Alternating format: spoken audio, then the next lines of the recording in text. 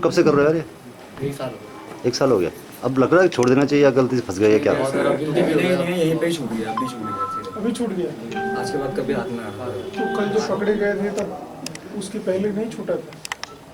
और तुम सर किसी का खुद ही पीते खुद ही पीते हो? थे। और जिसने ये सब कुछ करवाया था वो सेम, वो कहाँ है? वो भी अपने शॉप पे बैठा हुआ वो भी पीता है? पीता है। अच्छा, यहाँ का है जिसकी बात कर रहे हो? हाँ, सब दे दिए इन्फॉर्मेशन तो? इन्फॉर्मेशन पूरी दी सर। हाँ, नोट कर ली सर। नितिन कुमार। नमस्कार, मैं हूं गिरीश गेरोला और आप देख रहे हैं मेरू रेबार। उत्तरकाशी में युवाओं की जो नई पीढ़ी है वो नशे के कारोबार में धंसती जा रही है। आज जो दो नशा स्मैक बेचते हुए जो दो लोगों को गिरफ्तार किया है पुलिस ने, उसने जो तथ्य सामने रखे हैं उसको लेकर पुलिस भी चौंक गई है। और चौंकने की बारी अब अभिभावकों की है, क्योंकि आपके घर में भी कोई बच्चा नशे का आदी हो सकता है। हालांकि पहली बार जब ये पता चलता है तो अभिभावक इस बात के लिए तैयार नहीं होते, लेकिन जब उनको इसकी जानकारी होती है, जब इस बात के लिए तैयार होते हैं, तब तक देर हो चुकी होती है।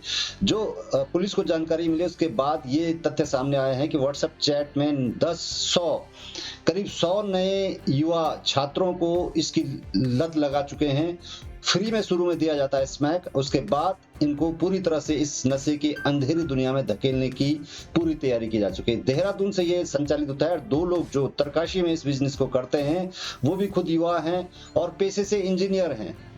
नौकरी से सस्पेंड हो चुके हैं, लेकिन इस धंधे को छोड़ना नहीं चाहते और इनकी गिरफ्त में ऐसे न जाने कितने छात्र हैं, उसमें आप और हमारे घर और आसपास के बच्चे भी हो सकते हैं। जरूरत इस बात की है कि आप अपने बच्चों पर निगरानी रखिए और अपने आस पड़ोस पर नजर रखिए। देखिए कहीं आपका कोई बच्चा, आपके पड़ोस का कोई बच्चा इस नशे की अंधेरी दुनिया में गिरफ्त तो नहीं होने जा रहा है। अगर एसपी उत्तरकाशी की बात माने तो उनका साफ कहना है कि मारने पीटने से कोई इलाज इसका नहीं है। सबसे पहले जो बेहद जरूरी है, बच्चों को नशा मुक्त केंद्र में ले जाने की जरूरत है। जरा देख लेते हैं मामला क्या था। भूमिंदर, तुम कब से कर रहे हो यार ये? 1 साल हो गया। 1 साल हो गया। अब लग रहा है कि छोड़ देना चाहिए या गलती से फंस गए या क्या? नहीं, यहीं पे ही छूट गया, अभी छूट गया सीधे। अभी छूट गया। आज के बाद कभी हाथ में आ रहा तो कल जो पकड़े गए थे तब उसके पहले नहीं छूटा था। और तुम सर किसी का खुद ही पीते थे। खुद ही पीते हो? और जिसने ये सब कुछ करवाया था वो सेम, वो कहाँ है? वो भी अपने शॉप पे बैठा हुआ वो भी पीता है? पीता है। अच्छा, यहाँ का है जिसकी बात कर रहे हो? हाँ, सब दे दिए इन्फॉर्मेशन तो? इन्फॉर्मेशन पूरी दी सर। हाँ, नोट कर ली सर। नितिन कुमार। और क्वांटिटी बेसिस पे सर ये 5 से हैं? क्वांटिटी बेसिस पे पॉलिथीन रख के क्वांटिटी तब जाएगा 5 से कम। अच्छा, तुम्हें पता है पूरा? जी, 5 से कम है तो पूरा पता है, पूरी जानकारी है? हमारे साथ तुलना शुरू। हाँ, तो तुम्हें पता है ना? उत्तरकाशी पुलिस ने स्मैक जैसे खतरनाक नशे के साथ जिन दो युवाओं को गिरफ्तार किया है, उनसे जो जानकारी मिली है उसे सुनकर आपके पैरों तले जमीन खिसक सकती है। सतर्क हो जाए और ध्यान से सुनिए। स्मैक तस्करों के जाल में अभी ताजा 100 नए युवा पढ़ाई करने वाले छात्र उत्तरकाशी नगर के आसपास से ही पाए गए हैं। आरोपियों के मोबाइल पर व्हाट्सएप चैट खंगालने के बाद पुलिस अधीक्षक उत्तरकाशी मणिकांत मिश्रा ने अभिभावकों से सतर्क होकर अपने बच्चों की निगरानी करने की अपील की है। उन्होंने बताया कि पहली बार यह सुनकर अभिभावकों को बुरा लग सकता है, उन्हें अपने बच्चे की इस हरकत पर विश्वास भी नहीं होता और वह पहली बार पुलिस को सहयोग भी नहीं करना चाहते हैं, किंतु जब बात हद से आगे बढ़ जाए तब काफी देर हो चुकी होती है। उन्होंने अपील की है कि नशे के लक्षण मिलने पर बच्चों के साथ मारपीट करने के बजाय उन्हें नशा मुक्ति केंद्रों में भेजने का प्रयास करें। उत्तराखंड में बेरोजगारी का आलम कहे या एकाकी परिवार से जन्मी मनोदशा, नशे की काली अंधेरी दुनिया से जो नित्य नए राज खुलकर सामने आ रहे हैं, वह आज के सभ्य समाज को एक बार फिर से अपनी दिनचर्या पर सोचने को मजबूर कर रहा है। मामला उत्तरकाशी का है, जहां स्मैक के नशा तस्करों ने इसके प्रसार के लिए आधुनिक तकनीकी का भी भरपूर उपयोग कर युवा पीढ़ी को बर्बाद करने में कोई कोर कसर नहीं छोड़ी। उत्तरकाशी में सिविल इंजीनियरिंग करने के बाद संविदा में लगे नौजवान भी खुद को इस अंधेरी दुनिया में जाने से नहीं रोक पाए हैं। जी हां, उत्तरकाशी जिले में भूपेंद्र पवार जो पीएमजीएसवाई विभाग में तैनात है, को पूर्व में भी स्मैक के अवैध धंधे में लिप्त पाए जाने पर विभाग द्वारा सस्पेंड किया जा चुका है, जो अब एक बार फिर से नशे के कारोबार में पकड़ा गया है। राजधानी देहरादून से 3000 रुपए की 1 ग्राम स्मैक खरीद कर लाने वाले ये बिचौलिए उत्तरकाशी में इसकी अलग अलग बिट बनाकर 10,000 रुपए में बेचने का काम कर रहे थे। ग्राहकों की संख्या बढ़ाने के लिए बाकायदा उन्हें शुरुआती दिनों में निःशुल्क स्मैक उपलब्ध कराई जा रही थी, बाद में आदत पड़ जाने के बाद उन्हीं से भरपाई भी की जा रही थी। गिरफ्तारी के बाद मिले सबूतों को देखने के बाद पुलिस भी हैरान रह गई। जब आरोपियों के मोबाइल खंगाले गए तो उसमें एक 700 युवा बच्चों से चैटिंग में नशे की खरीद फरोख्त की जानकारी प्रसारित की जा रही थी। उत्तरकाशी में अमित कुमार और भूपेंद्र को आगे रखकर धंधा चलाने वाला मास्टरमाइंड देहरादून में ऐसे दर्जनों रैकेट संचालित कर रहा है। सोशल मीडिया से मिली जानकारी के बाद पुलिस सभी स्रोतों से जानकारी जुटाने में जुट गई है, जबकि दूसरा आरोपी अमित कुमार भी डिप्लोमा इंजीनियर बताया जा रहा है। बैठा हुआ वो भी पीता है। पीता है। अच्छा, यहाँ का है जिसकी बात कर रहे हो? हाँ, सब दे दिए इन्फॉर्मेशन तो? इन्फॉर्मेशन पूरी दी सर। हाँ, नोट कर ली सर। नितिन कुमार और क्वांटिटी बेसिस पे सर ये 5 से हैं? क्वांटिटी बेसिस पे पॉलिथीन रख के क्वांटिटी तब जाएगा 5 से कम। अच्छा, तुम्हें पता है पूरा? कल चेकिंग के दौरान 2 लड़के भूपेंद्र और अमित स्मैक के साथ पकड़े गए। इनके पास कुल 10 ग्राम स्मैक बरामद हुई। इनसे पूछताछ में कई और चौंकाने वाले तथ्य भी सामने आए। ये पहले स्वयं स्मैक का सेवन करते थे, धीरे धीरे उसे ले आके अपने ही दोस्तों में इन्होंने बेचना शुरू कर दिया। इन्होंने लगभग 100 लोगों से ऐसे संपर्क हैं इनके, जिसमें कि ये पता चला है कि ये लड़के स्मैक का सेवन करते हैं। जो नया लड़का इनके साथ जुड़ता है उसको ये फ्री में स्मैक पिला देते हैं। धीरे धीरे जब उसको आदत बन जाती है तो ये उससे पैसे लेके स्मैक देने लगते हैं। सर, जो देहरादून से इसका कनेक्शन हुआ? इसका एक कनेक्शन के बारे में पता चला है, जो देहरादून का लड़का है जो इनको स्मैक देता है। कभी कभी वो पहुंचवा भी देता है इनके यहाँ। मुख्यतः यह पूरा प्रयास इनका रहता है कि वो स्मैक लेने के लिए खुद देहरादून जाएं और छुपा के स्मैक अपने साथ उत्तरकाशी लें। नशा मुक्त उत्तरकाशी अभियान में जुड़े हुए उत्तरकाशी पुलिस के पुलिस कप्तान मणिकांत मिश्रा के तमाम प्रयासों के बाद भी नशे की इस कारोबार पर रोक नहीं लग पा रही है। कारण यह है कि जो अपराधी हैं, जो आरोपी हैं, वो आधुनिक तकनीकी का उपयोग भरपूर कर रहे हैं और यही वजह है कि इस पर पूरी तरह से कामयाबी नहीं मिल पा रही है।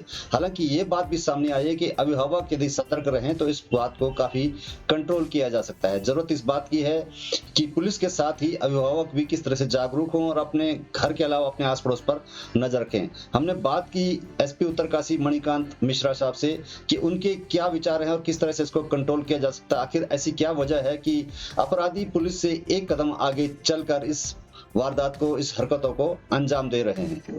सर, स्मैक में कंट्रोल करने के लिए आपने अभिभावकों की भी एक लिस्ट बनाई थी। सर, स्मैक में कंट्रोल करने के लिए आपने अभिभावकों की भी एक लिस्ट बनाई थी। लोग यहाँ पे आए भी थे, सहयोग भी पूरा मिला था। तिलोत में जब एक गिरफ्तारी हुई थी उसके बाद लग रहा था कि काफ़ी कंट्रोल हो जाएगा, लेकिन फिर से ये स्मैक के कारोबारी सर उठाने लगे। आपको लग रहा है कि कुछ तकनीकी बदलाव करने की ज़रूरत है या ये लोग थोड़ा एक कदम आगे बढ़ के चलते हैं तकनीकी मामले में? कुछ लोगों को हमने शुरू में आइडेंटिफाई किया था जो स्मैक के काम में इन्वॉल्व थे।